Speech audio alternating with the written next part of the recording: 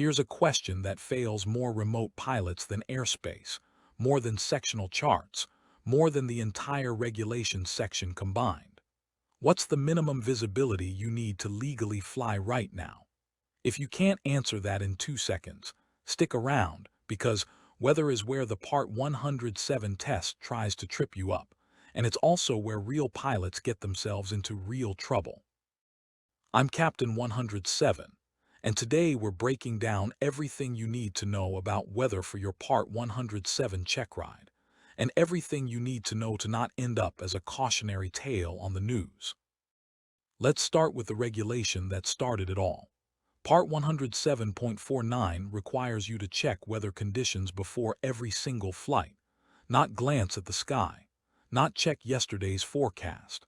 Check current conditions and the forecast for your operating area and time window. The FAA expects you to know what's coming, not just what you can see standing in your driveway. So what exactly are you checking for? Three things matter most: visibility, cloud clearance, and wind. Visibility first. Under Part 107, you need a minimum of 3 statute miles of visibility from your control station, not from the drone, from you, the remote pilot standing on the ground. If haze, fog, or smoke drops you below 3 miles, you are not legal to fly, full stop, no matter how good the drone footage looks on your screen. Cloud clearance is next, and this is the one that trips people up on the test. You need to stay at least 500 feet below any cloud, and at least 2,000 feet horizontally away from any cloud. Picture a bubble around every cloud in the sky, and your drone can't touch it.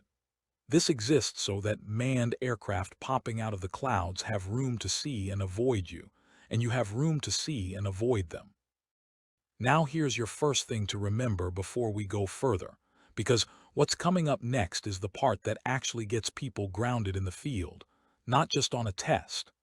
Keep watching, because we're about to cover the wind limits that most pilots completely guess at, and guessing at wind is how you lose a drone.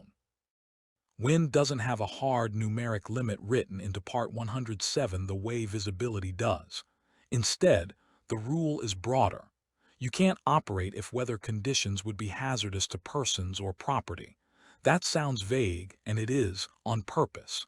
The FAA is putting the judgment call on you. Here's how to make that call in the real world.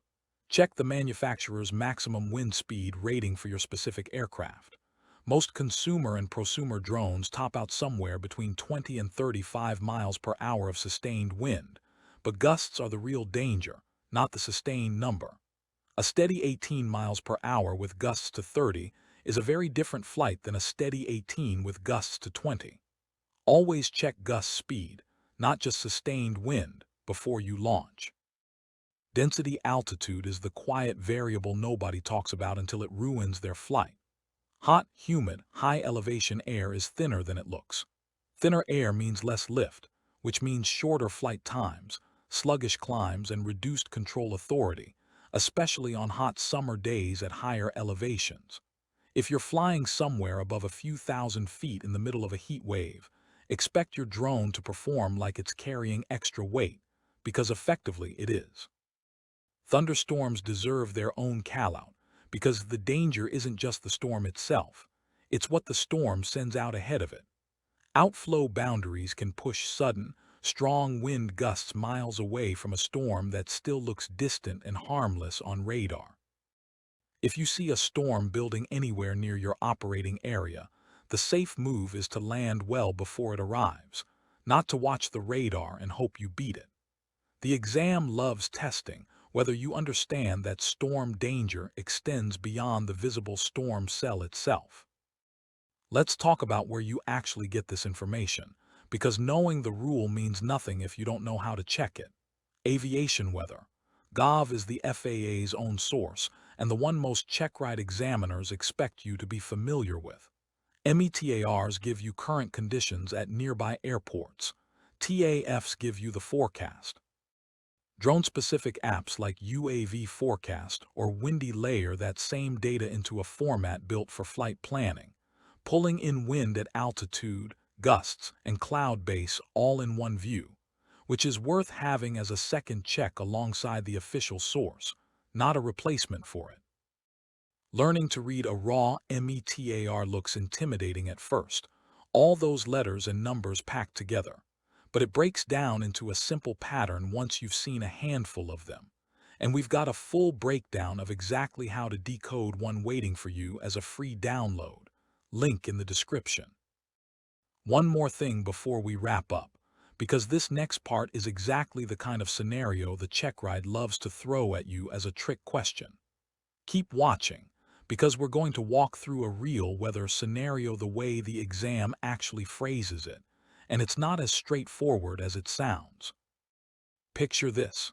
It's a clear day, unlimited visibility, light wind, but there's a scattered cloud layer at 2,500 feet. Can you fly at 400 feet, the maximum altitude under Part 107? Run the math. 500 feet below the cloud base puts your ceiling at 2,000 feet, well above your 400-foot cap, so altitude isn't the problem here. But check your horizontal distance too, because if that cloud layer is scattered and drifting toward your operating area, you need to be tracking it, not just checking it once at the start of the flight.